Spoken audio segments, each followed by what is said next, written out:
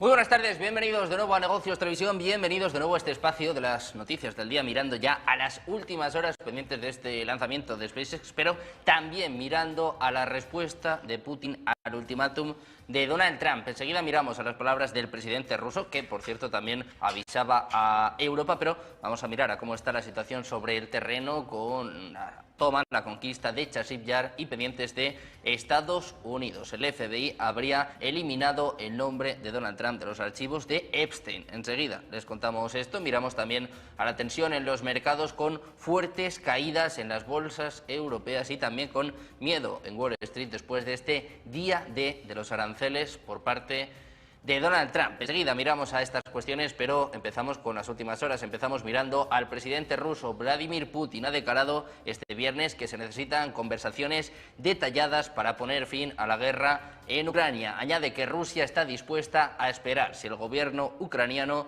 considera que no es el momento adecuado para negociaciones. Dice que la reacción inicial de Ucrania a la propuesta de crear grupos de trabajos bilaterales fue positiva, pero que todavía no se ha reunido. Все те условия долгосрочного перемирия, которые вы озвучили год назад, нет. Да, эти условия, безусловно, остались прежними. Это же не условия, а цели. Я сформулировал цели России. Но до сих пор, до того момента нам говорили, что непонятно, чего Россия хочет. Вот мы их сформулировали в июне прошлого года на встрече с руководством Министерства иностранных дел Российской Федерации. Там все ясно, но главное это искоренить причины, породившие этот кризис. Это основное. Ну и, конечно, гуманитарные вопросы безопасности, в широком смысле вопросы безопасности России, ну и той же Украины. Кстати говоря, вот со стороны украинской делегации прозвучала мысль о том, что, наверное, есть смысл говорить о безопасности и России, и Украины. Sin embargo, Putin también ha enfatizado que las condiciones de paz de Moscú rechazadas por Kiev permanecen inalteradas y que las causas del conflicto deben ser erradicadas. Añade que la seguridad de Rusia es el principal objetivo de su país. Precisamente el presidente ruso hablaba de la Unión Europea, dice que ha perdido completamente todas sus soberanías, lo que apuntaba este viernes Vladimir Putin en su visita al monasterio de Balam junto a su par bielorruso Alexander Lukashenko. Decía Putin, estaba claro que la Unión Europea no tenía mucha soberanía, pero hoy ha quedado claro que no la tiene en absoluto. Recalca que hoy en día la soberanía desempeña un papel fundamental para el desarrollo económico. Евросоюз – это экономический гигант, но политический карлик. Это не мои слова, я никого не хочу обидеть. Так, мы сами читали это в западных источниках. Но, и я все время об этом говорил раньше, в современном мире, это всегда было важно, а сегодня особенно, суверенитет играет, можно сказать, ключевую роль, в том числе и для экономического развития. Вот было ясно, что суверенитета у Евросоюза, у Европы не так уж и много. Сегодня стало очевидно, что его нету вообще. А за этим сразу следует, вот в той ситуации критической, которая сложилась, следуют и экономические потери, и утрата суверенитета политического сейчас ведет к утрате и экономического суверенитета, и к колоссальным потерям. Así, el presidente ruso ha comentado el acuerdo comercial alcanzado la semana pasada entre el bloque comunitario y Estados Unidos, según el cual productos europeos exportados al país norteamericano estarán gravados por el 15%, mientras que los productos estadounidenses quedarán exentos de aranceles en su totalidad. Dice que la falta de soberanía en esta situación conlleva inmediatamente pérdidas económicas. Agrega que la Unión Europea es un gigante económico, pero un enano político. Decía Putin, no son palabras mías, no quiero ofender a nadie, nosotros mismos lo hemos leído en fuentes occidentales. El presidente de Rusia, Vladimir Putin, que anunciaba hoy que el ejército ruso ha recibido ya el primer misil balístico hipersónico Oresnik, el arma de última generación de las fuerzas estratégicas de este país. Decía, hemos producido el primer equipo en serie Oresnik, el primer misil en serie ya está en servicio con las tropas, es lo que apuntaba el jefe del Kremlin en Balam, en el noroeste de Rusia, en una comparecencia conjunta con el presidente bielorruso Alexander Lukashenko. El mandatario bielorruso ha confirmado la disposición de emplazar misiles balísticos hipersónicos en su país en 2026. Aseguró que ya se están construyendo las infraestructuras necesarias. Putin ha destacado que la velocidad que alcanza este nuevo misil es de Mach 10, es decir, 2,5 a 3 kilómetros por segundo, lo que le convierte en indetectable para las defensas enemigas. El Oresnik forma parte de los sistemas de armamento sin parangón en el mundo, presentados en sociedad por Putin en lo que muchos llamaron la nueva guerra de las galaxias entre Rusia y la OTAN. Además, les informamos de que el balance de los ataques rusos con misiles y drones de este jueves contra Kiev ha subido a 31 muertos, entre ellos 3 niños. Es lo que informa este viernes el Ministerio del Interior ucraniano. Los equipos de rescate han sacado otros 10 cadáveres de los escombros del edificio residencial del distrito de Sviatochynsk, entre ellos el de un niño de 2 años, es lo que apunta la cartera en Telegram. Precisa que los bombardeos ya han dejado 159 heridos, incluidos 16 menores. El saldo anterior era de 16 fallecidos. Trump ha calificado de repugnantes los nuevos ataques contra Rusia. Dice que lo que hace Rusia es muy triste y que muchos están muriendo.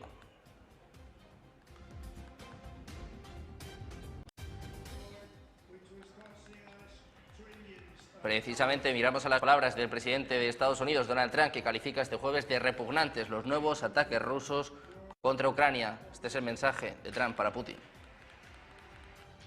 I think it's disgusting. Russia, I think it's disgusting what they're doing. I think it's disgusting. This is Biden's war. It's not my war. But I said if I get in, I'll try and get the thing stopped. But I think what Russia's doing is very sad. A lot of Russians are dying. You have a lot of Russians, more Russians are dying, but Russians are dying, Ukrainians are dying. You know, the United States isn't really involved in that war. It shouldn't be. And by the way, I made a deal with NATO where NATO pays us for everything that we send. We send them ammunition, missiles, etc. We have about 8,000. So yeah, we're going to put sanctions. I don't know that sanctions bother him.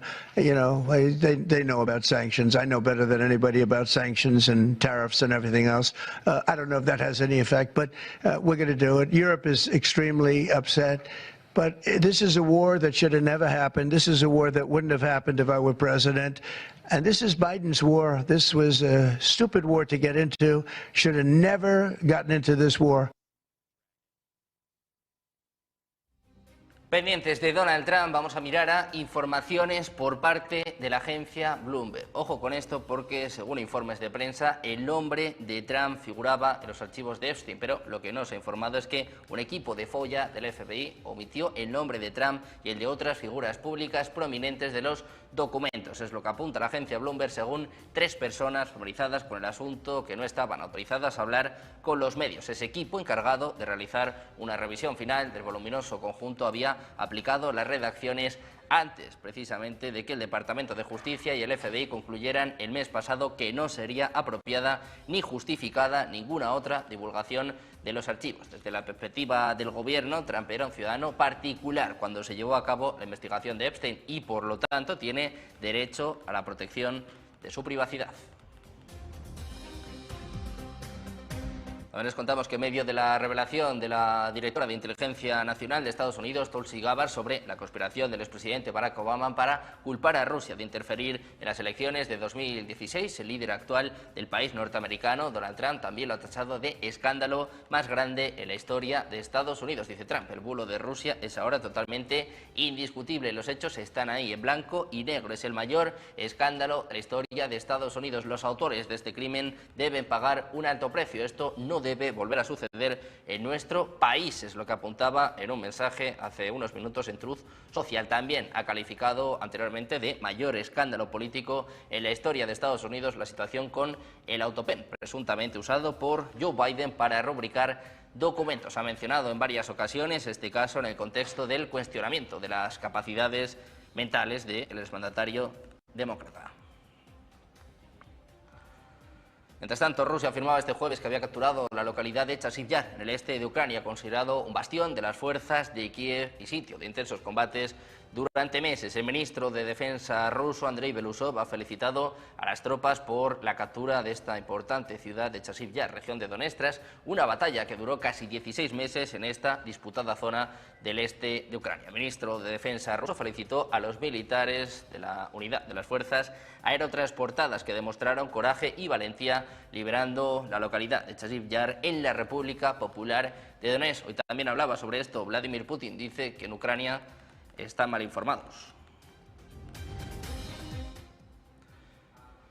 También les contamos que una base clave de submarinos nucleares de la Armada rusa en la península de Kamchatka sufrió daños visibles tras el potente terremoto que tuvo lugar el pasado miércoles, es lo que revelan imágenes satelitales analizadas por The Telegraph y captadas por la empresa estadounidense Umbra Space. Las olas, que alcanzaron los 5 metros en algunas zonas del litoral oriental ruso, golpearon la base naval de Rybaki, situada en la bahía de Abacha, cerca de Petropavlovsk-Kamchatsky, donde se encuentran amarrados submarinos de propulsión nuclear de la clase Borei y Delta, los más cercanos a Estados Unidos dentro del territorio ruso. Las imágenes de radar por apertura sintética y tomadas el jueves por la mañana tras el impacto del tsunami muestran que una sección del muelle principal ha quedado doblada en un ángulo anormal, posiblemente arrancada de sus amarres. Las instantáneas, comparadas por The Telegraph con fotografías del 17 de julio, confirman que antes del evento se encontraba un submarino en esa ubicación, aunque en el momento del tsunami no se registró la presencia de ninguno, según observaciones satelitales.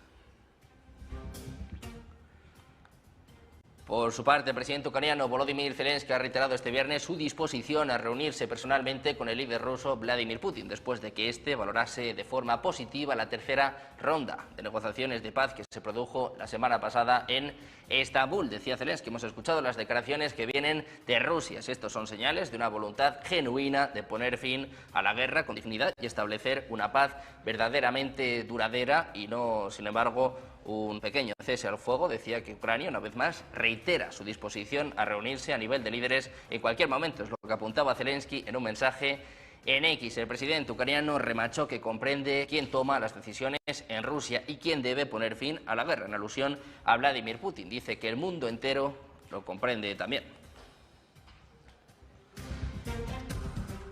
Mientras tanto, Alemania ha ofrecido entregar 2 sistemas Patriot a Ucrania próximamente, tras llegar a un acuerdo con Estados Unidos que señala a Berlín como el primero que va a recibir sistemas más modernos a cambio. Según indicaba el ministro de Defensa alemán, Boris Pistorius, Kiev va a recibir inicialmente varios lanzadores en los próximos días, seguidos de componentes adicionales de dichos sistemas de defensa aérea, que el ejército alemán le suministrará en un lapso de 2 o 3 meses, es lo que recoge la agencia Reuters. Donald Trump anunció a mediados de julio que la factura de las armas antiaéreas destinadas a Ucrania correrá a cargo de países de Europa y que un acuerdo por valor de miles de millones de dólares sobre el suministro de las mismas supone que su país solo va a fabricar el armamento, mientras que los europeos van a pagar por ello.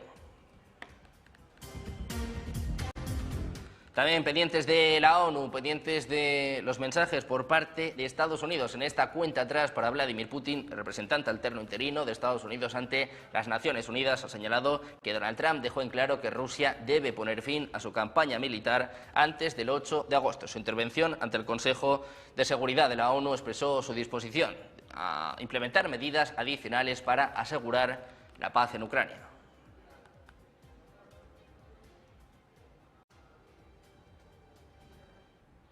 Tanto Rusia como Ucrania han de negociar un alto el fuego y la paz duradera. Es hora de alcanzar un acuerdo. El presidente Trump ha dejado claro que esto debe hacerse para el 8 de agosto. Estados Unidos está listo para implementar medidas adicionales para obtener la paz. Decía, eso sí, que primero ambas partes deben negociar un alto el fuego y una paz duradera. Trump acortó a 10 días el plazo de 50 que dio al presidente ruso Vladimir Putin para poner fin al conflicto en Ucrania. También miramos a China, que posee el tercer arsenal nuclear más grande del mundo y que está usando su rápido desarrollo para disuadir a sus adversarios, en concreto a Estados Unidos y sus aliados asiáticos, para así obtener una ventaja estratégica sin recurrir a la guerra, es lo que informa un grupo de expertos. Por su parte, China dice que se adhiere consistentemente a una estrategia nuclear de autodefensa, manteniendo siempre sus fuerzas nucleares en el nivel mínimo requerido para la seguridad nacional y no participa en una carrera armamentista, en concreto en un informe titulado Implicaciones de la modernización de las armas nucleares chinas para Estados Unidos y sus aliados regionales. El Instituto Hudson en Washington, D.C. dijo que la rápida modernización nuclear de China busca crear efectos políticos y psicológicos que conduzcan a efectos estratégicos y militares enormemente importantes en lugar de ganar un intercambio nuclear. Pendientes de China, enseguida les contamos grandes inundaciones que están dejando fallecidos en Pekín, pendientes también del estado de emergencia en Estados Unidos, la guerra arancelaria de Donald Trump, el miedo en las bolsas. Enseguida, información en Negocios Televisión.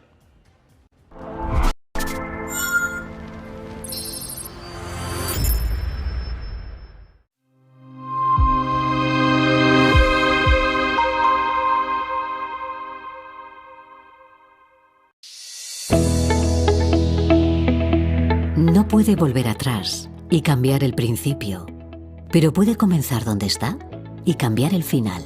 En Luna Sevilla queremos ser su asesor financiero de referencia para mejorar su presente y su futuro patrimonial, prestando nuestros servicios como agentes de Caser Asesores Financieros. Somos una empresa con una clara apuesta por la formación de calidad, la información transparente y objetiva, y por el asesoramiento financiero personalizado y continuado.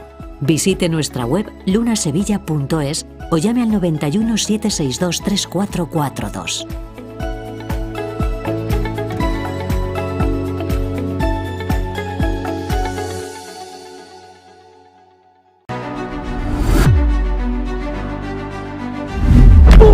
¡Pum! ¡Al mercado! Aquí hay alguien que se ha llevado un dinerico por en medio. Cuidado, que el mercado ayer estaba en los mundos de Yupi. Estáis haciendo un trabajo extraordinario. Nos dijeron todo eso. Es decir, nos mintieron a la cara.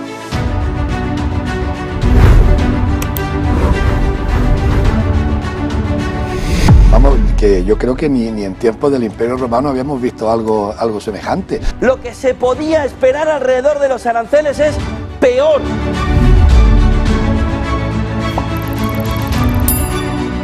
No iba en broma. Que siempre que pase algo puedas poner Negocios Televisión. Van a poder seguir manteniendo su monopolio.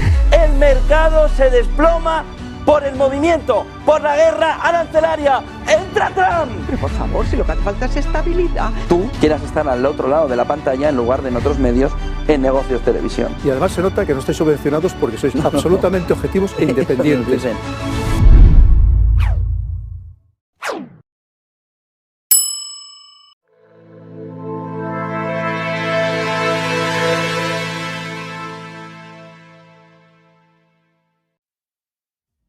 Seguimos en Negocios Televisión, seguimos mirando las últimas horas pendientes de China. Les contamos que Pekín ha sufrido devastadoras inundaciones desde el 23 de julio, que han causado 44 muertes confirmadas y 9 personas desaparecidas. La mayoría de las víctimas, es decir, 31 de ellas, residían en la residencia de ancianos en el distrito de Millún. Las intensas lluvias han provocado importantes inundaciones en las regiones del norte como Huairú y Yanqing, afectando a más de 300.000 residentes y dañando unas 24.000 viviendas. Actualmente se están llevando a cabo operaciones de rescate en las zonas más afectadas, mientras autoridades locales trabajan para ayudar a los necesitados.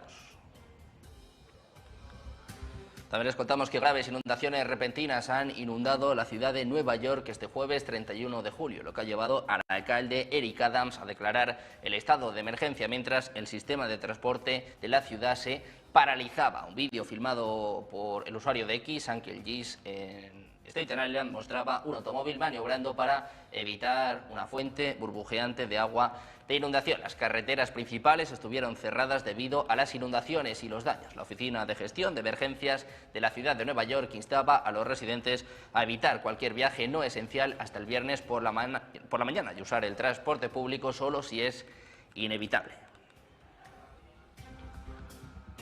También les contamos que altos funcionarios de la Administración Federal de Aviación de Estados Unidos han reconocido la posible causa que originó la tragedia aérea, donde un Bombardier CRJ-700 de American Airlines impactó con un helicóptero militar Sikorsky H-60 en enero de este año. En una audiencia llevada a cabo este jueves por la Junta Nacional de Seguridad del Transporte de Estados Unidos, Fuller fue interrogado acerca del incidente. Le preguntaban si el controlador local debió haber hecho saber a la tripulación del PSA que había un helicóptero allí. La respuesta de Fuller fue afirmativa, confirmando la serie de sospechas y cuestionamientos en torno al papel de la estación de control en el momento de la tragedia, donde fallecieron 67 personas y que fue calificada como la catástrofe más mortífera en Washington, D.C. en décadas. Fuller aseguró que el controlador debió haberle informado a la tripulación del avión de American Airlines que en ese caso el helicóptero estaba usando separación visual y que había opciones de que ambos objetivos se fusionaran. También les contamos que trabajadores de una planta en Carolina del Sur que alguna vez fabricó piezas clave para bombas nucleares en Estados Unidos encontraron un nido de avispas radiactivo, pero las autoridades dijeron que no representa ningún peligro. Los empleados que revisan rutinariamente los niveles de radiación en el sitio de Savannah River, cerca de Aiken, encontraron un nido de avispas el 3 de julio en un poste cerca de los tanques donde se almacenan residuos nucleares líquidos. Es lo que apunta un informe del Departamento de Energía de Estados Unidos. El nido presentaba un nivel de radiación 10 veces superior al permitido por las regulaciones federales, es lo que informaban las autoridades. Los trabajadores rociaron el nido con insecticida, lo retiraron y lo desecharon como desecho radiactivo. No se encontraron avispas de acuerdo con las autoridades. El informe indicó que no hay fugas en los tanques de derechos y que el nido posiblemente se volvió radiactivo debido a contaminación radiactiva heredada en el sitio, es decir, residuos de radiactividad de la época en que la planta estaba plenamente operativa. También les contamos que los automóviles varados tuvieron que recibir ayuda en la Ciudad de México debido a que se ha emitido una alerta roja debido a las fuertes lluvias del 31 de julio. Las imágenes publicadas por la policía de la ciudad muestran los esfuerzos para ayudar a los conductores atrapados en esas condiciones, incluido un autobús que necesita ser empujado. La Agencia de Gestión de Riesgos de la Ciudad de México instaba a los residentes a evitar las inundaciones. Por su parte, la Asamblea Legislativa de El Salvador ha ratificado este jueves la reforma constitucional que permite la reelección presidencial indefinida y amplía el mandato de 5 a 6 años, es lo que recogen medios locales. La diputada Ana Figueroa, del partido Nuevas Ideas del presidente Nayib Bukele, planteó cambios en 5 artículos de la Constitución, entre los que también se incluye la eliminación de la segunda vuelta en las elecciones, por lo que ahora un partido o coalición podrá ganar los comicios incluso sin obtener la mayoría absoluta. También se propuso que el mandatario actual de Bukele, el mandato actual, que finaliza el 1 de junio de 2029, termine en 2027 para que las elecciones presidenciales y legislativas coincidan, permitiendo a Bukele presentarse a la reelección para un mandato más largo 2 años antes. Los cambios se aprobaron por 57 votos a favor y 3 en contra.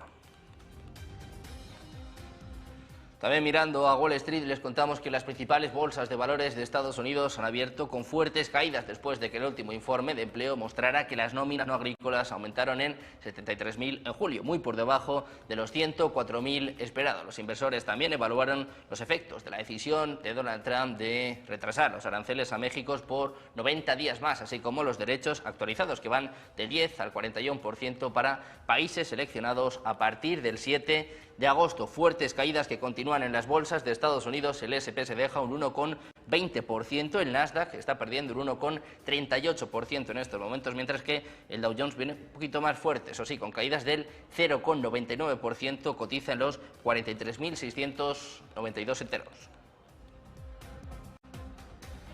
En China, el portavoz del Ministerio de Asuntos Exteriores, Guo Yakun, ha comentado este viernes la decisión de Donald Trump de firmar una orden ejecutiva con la lista de aranceles que Washington va a aplicar a mercancías extranjeras, cuyas tasas oscilan entre el 10 y el 41%. El representante de la Cancillería china afirmaba que la postura de Pekín en esta materia ha sido coherente y clara. Dice, no hay ganadores en las guerras arancelarias o comerciales, que el proteccionismo no lleva a ningún lado y que perjudica a los intereses de todas las partes. Es lo que decía citado por medios locales. Las tasas fueron anunciadas pocas horas antes del 1 de agosto, el último día establecido por Donald Trump para que los países cerraran nuevos acuerdos comerciales con Estados Unidos. Los impuestos que se denominan como aranceles recíprocos ajustados, entrarán en vigor en 7 días. Solo con Canadá se aplican de inmediato.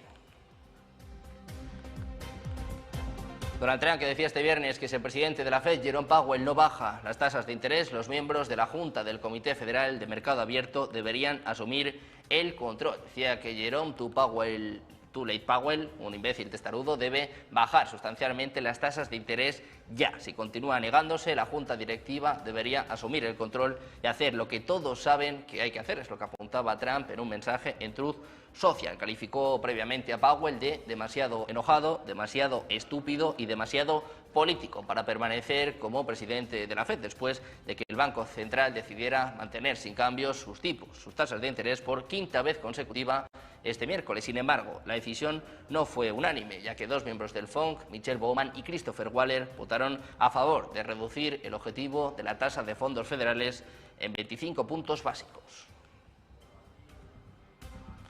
Un Donald Trump que firmaba la orden ejecutiva para imponer nuevos aranceles a Canadá. Decía que para frenar el flujo de fentanilo, estos entrarán en vigor hoy mismo. Este es el mensaje de Trump a Canadá.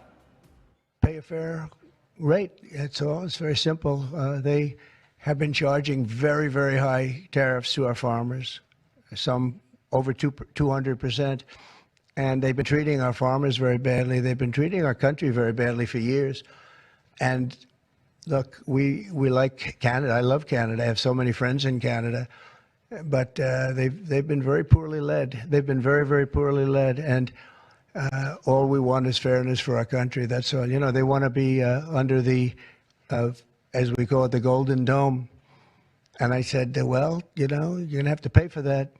They want a lot of things from our country, and for years we did it. We basically protect them with our military. They spend very little money on their military, as you know.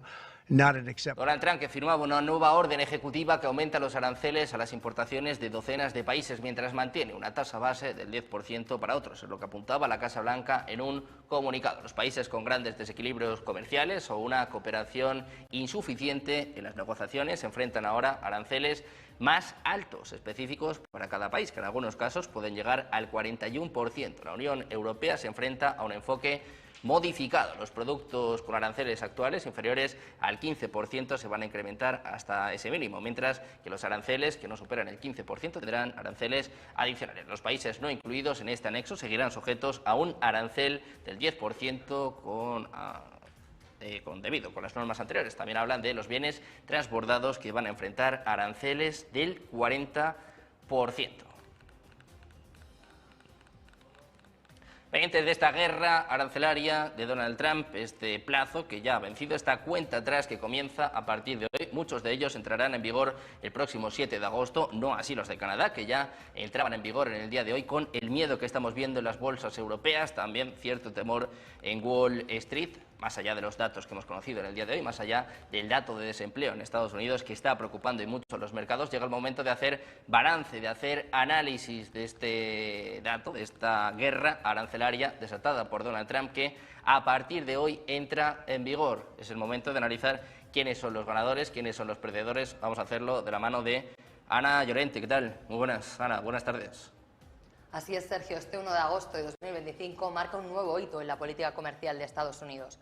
La Casa Blanca ha publicado oficialmente una lista con las tarifas arancelarias que afectarán a más de 70 países y que empezarán a aplicarse el próximo jueves. Pero el verdadero impacto de esta guerra comercial se está sintiendo sector por sector, reconfigurando silenciosamente el equilibrio de los mercados. Entre los grandes ganadores del nuevo régimen de tarifas de Donald Trump destacan algunos sectores claves como las Big Tech. Estas empresas tecnológicas de gran escala se benefician de una menor exposición directa a insumos e importaciones y de la aceleración del gasto en inteligencia artificial. Además, cuentan con márgenes más sólidos y una fuerza presencia doméstica. Otro de los sectores que ganan son las finanzas. Los bancos y los servicios financieros han mostrado resiliencia, impulsados por las expectativas de estabilidad monetaria y ajustes fiscales.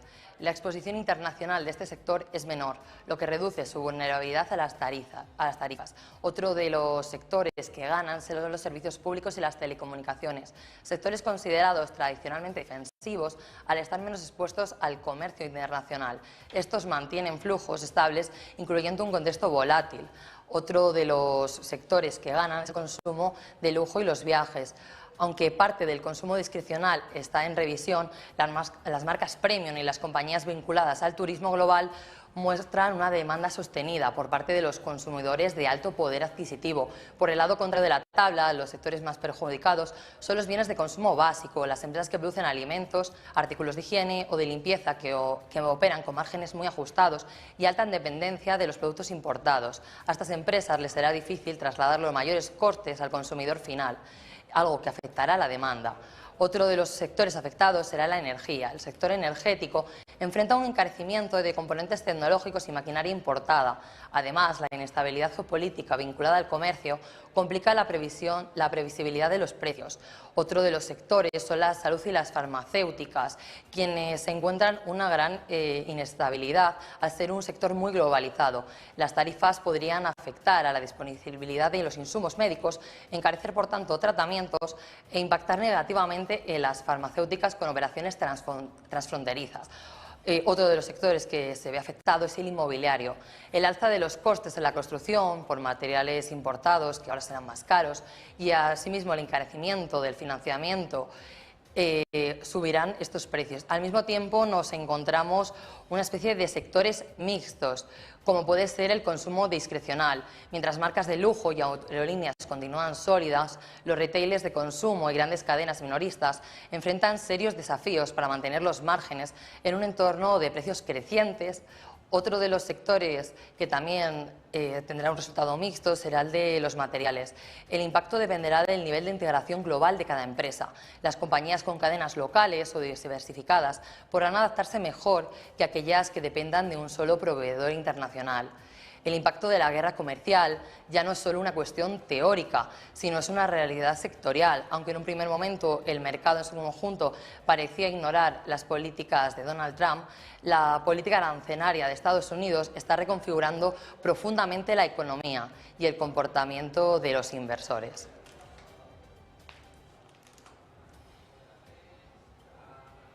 Bueno, pues un momento de análisis, un momento de ver quién gana, quién pierde en esta guerra arancelaria que acaba de comenzar. Muchísimas gracias, Ana, por este análisis. Nosotros, precisamente, vamos a seguir con más análisis, con más expertos, no solo mirando a los aranceles, sino también pendientes de la geopolítica.